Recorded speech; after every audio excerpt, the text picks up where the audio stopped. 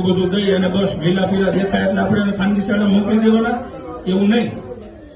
આપણા આંગણે એની સુવિધા છે, એનો પૂરેપૂરો લાભ લઈ. એવી જ રીતના અહીંયાથી જે તમને માતૃશક્તિના કે જે કંઈ પેકેટો મળતા હોય એનો પણ આપણે લાભ લઈ અને સાચા અર્થમાં વાનગીઓ બનાવી અને આપણા પરિવારના કે જે બહેનો લાભાર્થી હોય એનો ઉપયોગ કરે અને એ જીવનમાં અપનાવે, એનાથી પ્રેરણા લઈએ, બીજા પણ એનો લાભ લઈએ તો સાચા અર્થમાં જે બહેનો મહેનત કરે છે એમની પણ મહેનત રંગ લાવે.